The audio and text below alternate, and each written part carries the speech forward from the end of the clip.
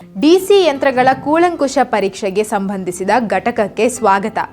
ಉದ್ದೇಶಗಳು: ಡಿಸಿ ಯಂತ್ರದ ನಾಮಫಲಕದ ವಿವರಗಳನ್ನು ಓದುವುದು ಮತ್ತು ಅರ್ಥೈಸಿಕೊಳ್ಳುವುದು, ವಿದ್ಯುತ್ ಯಂತ್ರದ ದೃಶ್ಯ ತಪಾಸಣೆ ನಡೆಸುವುದು, ವೈಂಡಿಂಗ್ಗಳ ಪ್ರತಿರೋಧವನ್ನು ಅಳೆಯುವುದು ಮತ್ತು ನಿರೋಧನಕ್ಕಾಗಿ ಯಂತ್ರವನ್ನು ಪರೀಕ್ಷಿಸುವುದು, ಡಿಸಿ ಯಂತ್ರವನ್ನು ಡಿಸ್ಮ್ಯಾಂಟಲ್ ಮಾಡುವುದು, ಬೇರಿಂಗ್ಗಳನ್ನು ತೆಗೆದುಹಾಕುವುದು, ಪರೀಕ್ಷಿಸುವುದು ಮತ್ತು ಸ್ಥಾಪಿಸುವುದು, ಡಿಸಿ ಯಂತ್ರದ ಭಾಗಗಳನ್ನು ಸ್ವಚ್ಛಗೊಳಿಸುವುದು, ಆರ್ಮೇಚರ್ ಮತ್ತು ಕಮ್ಯೂಟೇಟರ್ಗಳನ್ನು ಪರೀಕ್ಷಿಸುವುದು, ಡಿಸಿ ಯಂತ್ರವನ್ನು ಪುನಃ ಜೋಡಿಸುವುದು, ಬ್ರಷ್ನ ಒತ್ತಡ ಮತ್ತು ಬ್ರಷ್ಗಳ ಬೆಡ್ಗಳನ್ನು ಸರಿಹೊಂದಿಸುವುದು ಮತ್ತು ರಾಕರ್ ಆರ್ಮ್ ಸ್ಥಾನವನ್ನು ಸರಿಪಡಿಸಿ ಯಾವುದೇ ಲೋಡ್ ಮತ್ತು ಲೋಡ್ನಲ್ಲಿ ಕಾರ್ಯಕ್ಷಮತೆಯನ್ನು ಪರಿಶೀಲಿಸುವುದು.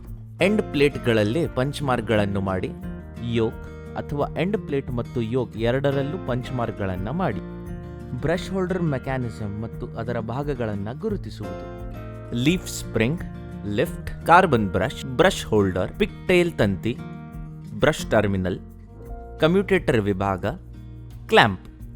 ಎಂಡ್ ಪ್ಲೇಟ್ಗೆ ಸಂಬಂಧಿಸಿದಂತೆ ರಾಕರ್ ಆರ್ಮ್ ಎಲ್ಲಿದೆ ಎಂದು ಗುರುತಿಸಿ. ಪುಲ್ಲಿಯನ್ನು ತೆಗೆಯುವುದು: ಪುಲ್ಲಿ ಪುಲ್ಲರ್ ಬಳಸಿ ಪುಲ್ಲಿಯನ್ನು ತೆಗೆದುಹಾಕಿ. ತಿರುಳಿನ ಬಿಗಿತವನ್ನು ಪರಿಶೀಲಿಸಿ ಮತ್ತು ಅದು ಬಿಗಿಯಾಗಿ ಹೊಂದಿಕೊಳ್ಳುತ್ತದೆ ಎಂದು ಕಂಡುಬಂದರೆ ಅದನ್ನು ಸರಿಹೊಂದಿಸಿ.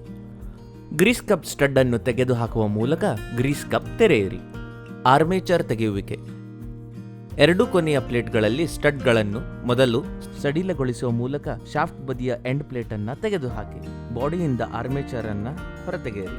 ಡಿಸಿ ಯಂತ್ರದ ಭಾಗಗಳನ್ನು ಪರೀಕ್ಷಿಸಿ ಮತ್ತು ಭಾಗಗಳನ್ನು ಹೀಗೆ ಲೇಬಲ್ ಮಾಡಿ: motor casing, pulley, armature, commutator, ಬೇರಿಂಗ್ಗಳು, carbon brush holder, end cover, shaft, terminal box, grease cup stud ಮತ್ತು ಗ್ರೀಸ್ ಕಪ್. ಬೇರಿಂಗ್ ತೆಗೆಯುವಿಕೆ: ಬೇರಿಂಗ್ ಪುಲ್ಲರ್ ಅನ್ನು ಬಳಸಿ ಶಾಫ್ಟ್ನಿಂದ ಬೇರಿಂಗ್ಗಳನ್ನು ತೆಗೆದುಹಾಕಿ. ಬೇರಿಂಗ್ಗಳ ಸಂಗ್ರಹಣೆ: ಬೇರಿಂಗ್ಗಳನ್ನು ತೆಗೆದ ನಂತರ ಅವುಗಳನ್ನು ಸೀಮೆ ಎಣ್ಣೆ ಅಥವಾ ಪೆಟ್ರೋಲ್ನಿಂದ ಸ್ವಚ್ಛಗೊಳಿಸಬೇಕು. ಬಿಯರಿಂಗ್ ಅನ್ನು ಗ್ರೀಸ್ ಮಾಡಿ ಮತ್ತು ಅವುಗಳನ್ನು ರಕ್ಷಿಸಲು ಪ್ಲಾಸ್ಟಿಕ್ ಹೊದಿಕೆಯನ್ನು ಬಳಸಿ. ಶಾಫ್ಟ್ನಲ್ಲಿ ಹೊಸ ಬೇರಿಂಗ್ ಅನ್ನು ಫಿಕ್ಸ್ ಮಾಡುವುದು: ನಿಮಗೆ ಅಗತ್ಯವಿರುವ ತನಕ ಹೊಸ ಬೇರಿಂಗ್ಗಳನ್ನು ಪ್ಯಾಕೇಜ್ನಲ್ಲಿ ಇರಿಸಿ. ಹೊಸ ಬೇರಿಂಗ್ ಅನ್ನು ತೆರೆಯುವ ಮೊದಲು ವರ್ಕ್ ಬೆಂಚ್ ಅನ್ನು ಅಚ್ಚುಕಟ್ಟಾಗಿ ವ್ಯವಸ್ಥಿತವಾಗಿ ಇರಿಸಿ. ಶಾಫ್ಟ್ನಲ್ಲಿ ಬೇರಿಂಗ್ ಅನ್ನು ಸರಿಪಡಿಸಲು ಶಿಫಾರಸುಗಳನ್ನು ಅನುಸರಿಸಿ. ಸುತ್ತಿಗೆಗಾಗಿ ಬೇರಿಂಗ್ನ ಮೇಲೆ ಮೃದುವಾದ ಉಕ್ಕಿನ ಫ್ಲಾಟ್ ಅನ್ನು ಬಳಸಿ. ಮತ್ತಷ್ಟು ಅಳವಡಿಕೆಗಾಗಿ ಬೇರಿಂಗ್ನ ಒಳಗಿನ ಉಂಗುರದ ಮೇಲೆ metal tube, mild steel bush ಅನ್ನು ಬಳಸಿ. ಒಣಬಟ್ಟೆಯಿಂದ ಯೋಕನ್ನು ಸ್ವಚ್ಛಗೊಳಿಸಬೇಕು ಮತ್ತು ಬ್ಲೋವರ್ ಸಹಾಯದಿಂದ ಗಾಳಿ ಊದಬೇಕು. ಈಗ ಗ್ರೋಲರ್ ಮೀಟರ್ ಬಳಸಿ ಆರ್ಮೇಚರ್ ಪರೀಕ್ಷೆಯನ್ನು 3 ವಿಧಾನದಲ್ಲಿ ನಿರ್ವಹಿಸಬಹುದು. ಅವುಗಳೆಂದರೆ ground test, short test, open test. Ground test: armature ಅನ್ನು ಗ್ರೋಲರ್ ಮೀಟರ್ನಲ್ಲಿ ಇರಿಸಿ ಮತ್ತು ಸೆಲೆಕ್ಟರ್ ಸ್ವಿಚ್ ಅನ್ನು ಗ್ರೌಂಡ್ ಟೆಸ್ಟ್ಗೆ ತಿರುಗಿಸಿ ಮತ್ತು ಪವರ್ ಆನ್ ಮಾಡಿ. ಆರ್ಮೇಚರ್ ಕೋರ್ಗೆ ಒಂದು ಪರೀಕ್ಷಾ ತುದಿಯನ್ನು ಸ್ಪರ್ಶಿಸಿ, ಇನ್ನೊಂದು ಪರೀಕ್ಷಾ ತುದಿಯನ್ನು ಕಮ್ಯೂಟೇಟರ್ಗೆ ಸ್ಪರ್ಶಿಸಿ. ಪರೀಕ್ಷಾ ದೀಪವು ಹೊಳೆಯುತ್ತಿದ್ದರೆ ಆರ್ಮೇಚರ್ ಅಥವಾ ಕಮ್ಯೂಟೇಟರ್ ಗ್ರೌಂಡ್ ಆಗಿದೆ ಎಂದು ಊಹಿಸಿ ಆರ್ಮೇಚರ್ ಅನ್ನು ಬದಲಾಯಿಸಿ. ಶಾರ್ಟ್ ಟೆಸ್ಟ್: ಸೆಲೆಕ್ಟರ್ ಸ್ವಿಚ್ ಅನ್ನು ಶಾರ್ಟ್ ಸ್ಥಾನಕ್ಕೆ ತಿರುಗಿಸಿ, ಆರ್ಮೇಚರ್ ಅನ್ನು ಗ್ರೋಲರ್ ಮೀಟರ್ನಲ್ಲಿ ಸ್ಥಾಪಿಸಿ ಮತ್ತು ಪವರ್ ಆನ್ ಮಾಡಿ.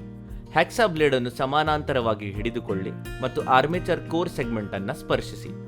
ಆರ್ಮೇಚರ್ ಅನ್ನು ನಿಧಾನವಾಗಿ 1 ಅಥವಾ ಹೆಚ್ಚಿಗೆ ರೆವಲ್ಯೂಷನ್ಸ್ ತಿರುಗಿಸಿ. ಹ್ಯಾಕ್ಸಾ ಬ್ಲೇಡ್ ಕಂಪಿಸಿದರೆ ಆರ್ಮೇಚರ್ ಶಾರ್ಟ್ ಆಗಿದೆ ಎಂದು ಊಹಿಸಿ ಆರ್ಮೇಚರ್ ಅನ್ನು ಬದಲಾಯಿಸಿ. ಓಪನ್ ಟೆಸ್ಟ್: ಗ್ರಾಲರ್ ಮೀಟರ್ನಲ್ಲಿ ಸೆಲೆಕ್ಟರ್ ಸ್ವಿಚ್ ಅನ್ನು ವೋಲ್ಟ್ಸ್ ಹೈಗೆ ತಿರುಗಿಸಿ ಮತ್ತು ಆರ್ಮೇಚರ್ ಅನ್ನು ನಿಧಾನವಾಗಿ ತಿರುಗಿಸಿ. ಪ್ರತಿ ಕಾಯಿಲ್ ಪೋಲ್ ಪೀಸ್ಗಳ ನಡುವೆ ಸ್ಥಾನಕ್ಕೆ ಬಂದಂತೆ ಪಕ್ಕದ ಬಾರ್ನಲ್ಲಿ ಒಂದು ಪರೀಕ್ಷಾ ತುದಿ ಮತ್ತು ಇನ್ನೊಂದು ಪರೀಕ್ಷಾ ತುದಿಗೆ ಅನುಗುಣವಾದ ಕಮ್ಯೂಟೇಟರ್ ಬಾರ್ ಅನ್ನು ಸ್ಪರ್ಶಿಸಿ. ಮೀಟರ್ ಅನ್ನು ವೀಕ್ಷಿಸಿ. ಸೆಲೆಕ್ಟರ್ ಸ್ವಿಚ್ ಅನ್ನು ವೋಲ್ಟ್ಸ್ ಲೋಗೆ ತಿರುಗಿಸಿ. ಮೀಟರ್ನಲ್ಲಿ ಯಾವುದೇ ಓದುವಿಕೆ ಇಲ್ಲದಿದ್ದರೆ ಬ್ರೋಕನ್ ವೈಂಡಿಂಗ್ ಅಥವಾ ಓಪನ್ ಕಾಯಿಲ್ ಸೂಚಿಸುತ್ತದೆ. ವೈಂಡಿಂಗ್ ಸರಿಯಾಗಿದ್ದರೆ ಕಮ್ಯೂಟೇಟರ್ ತಿರುಗಿಸಿದಂತೆ ಪ್ರತಿ ಕಾಯಿಲ್ಗೂ ಮೀಟರ್ ರೀಡಿಂಗ್ ಒಂದೇ ಆಗಿರಬೇಕು. ಪರೀಕ್ಷಿಸಿದ 1ನೇ ಕಾಯಿಲ್ ಸರಿಯಾಗಿದೆ ಎಂದು ಭಾವಿಸಿದರೆ ಇತರ ಕಾಯಿಲ್ ಅನ್ನು ಪರೀಕ್ಷಿಸುವಾಗ ಕಡಿಮೆ ಮೀಟರ್ ರೀಡಿಂಗ್ ಕಡಿಮೆ ಸಂಖ್ಯೆಯ ಟರ್ನ್ಸ್ಗಳನ್ನು ಸೂಚಿಸುತ್ತದೆ. ಹೆಚ್ಚಿನ ಮೀಟರ್ ರೀಡಿಂಗ್ ಹಲವಾರು ಸಂಖ್ಯೆಯ ತಿರುವುಗಳಿವೆ ಎಂದು ಸೂಚಿಸುತ್ತದೆ. ಅಂಕುಶ ಪರೀಕ್ಷೆಯ ಬಗ್ಗೆ ಕಲಿತಿದ್ದೇವೆ. ಈಗ ನಾವು ಡಿಸಿ ಯಂತ್ರವನ್ನು ಮತ್ತೆ ಜೋಡಿಸಲಿದ್ದೇವೆ. ಮೊದಲನೆಯದಾಗಿ ಎಂಡ್ ಕವರ್ ಅನ್ನು ಯೋಕ್ಗೆ ಫಿಟ್ ಮಾಡಿ ತಿರುಗಿಸಲಾಗುತ್ತದೆ. ಮೋಟರ್ನ ರೋಟರ್ ಅನ್ನು ಸ್ಟೇಟರ್ಗೆ ಇನ್ಸರ್ಟ್ ಮಾಡಿ. ಸ್ಟೇಟರ್ನಲ್ಲಿ ರೋಟರ್ ಅನ್ನು ನಿಖರವಾದ ಸ್ಥಾನದಲ್ಲಿ ಅಳವಡಿಸಿ ಮತ್ತು ನಂತರ ಮೋಟರ್ನ ಮುಂಭಾಗದ ಕವರ್ ಅನ್ನು ಫಿಕ್ಸ್ ಮಾಡಿ. ಮೋಟರ್ನ ಕೂಲಿಂಗ್ ಫ್ಯಾನ್ ಅನ್ನು ಶಾಫ್ಟ್ನಲ್ಲಿ ತಿರುಗಿಸಲಾಗುತ್ತದೆ. ಕೊನೆಯಲ್ಲಿ ಯೋಕ್ನಿಂದ ಕೂಲಿಂಗ್ ಫ್ಯಾನ್ನ ಕವರ್ ಅನ್ನು ಬಿಗಿಗೊಳಿಸಿ. ಡಿಸಿ ಯಂತ್ರವನ್ನು ಮತ್ತೆ ಜೋಡಿಸಿದ ನಂತರ ಡಿಸಿ ಯಂತ್ರದ ಕೆಲಸವನ್ನು ಪರಿಶೀಲಿಸಿ. ಅದನ್ನು ಪರಿಶೀಲಿಸುವ ಮೂಲಕ ಯಂತ್ರವನ್ನು ಮರುಜೋಡಿಸಿದ ನಂತರ ಮೋಟಾರ್ ಸದ್ದಿಲ್ಲದೆ ಮತ್ತು ಕಂಪನ ಮುಕ್ತವಾಗಿ ಚಾಲನೆಯಲ್ಲಿರಬೇಕು. ವೋಲ್ಟ್ ಮೀಟರ್ ಮತ್ತು ಅಮೀಟರ್ ಅನ್ನು ಕನೆಕ್ಟ್ ಮಾಡಿ ಮತ್ತು ಕರೆಂಟ್ ಮತ್ತು ವೋಲ್ಟೇಜ್ ಅನ್ನು ಅಳೆಯಿರಿ ಮತ್ತು ಟ್ಯಾಕೋಮೀಟರ್ನಿಂದ ಮೋಟರಿನ RPM ಅನ್ನು ಅಳೆಯಬಹುದು. ರೀಕ್ಯಾಪ್: ಈ ಘಟಕದಲ್ಲಿ ನಾವು ಕಲಿತಿರುವುದು ಡಿಸಿ ಯಂತ್ರದ ನಾಮಫಲಕದ ವಿವರಗಳನ್ನು ಓದುವುದು ಮತ್ತು ಅರ್ಥೈಸಿಕೊಳ್ಳುವುದು, ವಿದ್ಯುತ್ ಯಂತ್ರದ ದೃಶ್ಯ ತಪಾಸಣೆಯನ್ನು ನಡೆಸುವುದು, ಡಿಸಿ ಯಂತ್ರವನ್ನು ಡಿಸ್ಮ್ಯಾಂಟಲ್ ಮಾಡುವುದು, ಬೇರಿಂಗ್ಗಳನ್ನು ತೆಗೆದುಹಾಕುವುದು, ಪರೀಕ್ಷಿಸುವುದು ಮತ್ತು ಸ್ಥಾಪಿಸುವುದು, ಡಿಸಿ ಯಂತ್ರದ ಭಾಗಗಳನ್ನು ಸ್ವಚ್ಛಗೊಳಿಸುವುದು, ಆರ್ಮೇಚರ್ ಅನ್ನು ಪರೀಕ್ಷಿಸುವುದು ಮತ್ತು ಕಮ್ಯೂಟೇಟರ್ ಅನ್ನು ಪರೀಕ್ಷಿಸುವುದು, ಡಿಸಿ ಯಂತ್ರವನ್ನು ಪುನಃ ಜೋಡಿಸುವುದು, ಬ್ರಷ್ ಟೆನ್ಷನ್ ಮತ್ತು ಬ್ರಷ್ ಬೆಡ್ ಅನ್ನು ಸರಿಹೊಂದಿಸಿ ಮತ್ತು ರಾಕರ್ ಆರ್ಮ್ ಸ್ಥಾನವನ್ನು ಸರಿಪಡಿಸಿ ಲೋಡ್ ಮತ್ತು ನೋ ಲೋಡ್ ಕಾರ್ಯಕ್ಷಮತೆಯನ್ನು ಪರಿಶೀಲಿಸುವುದು.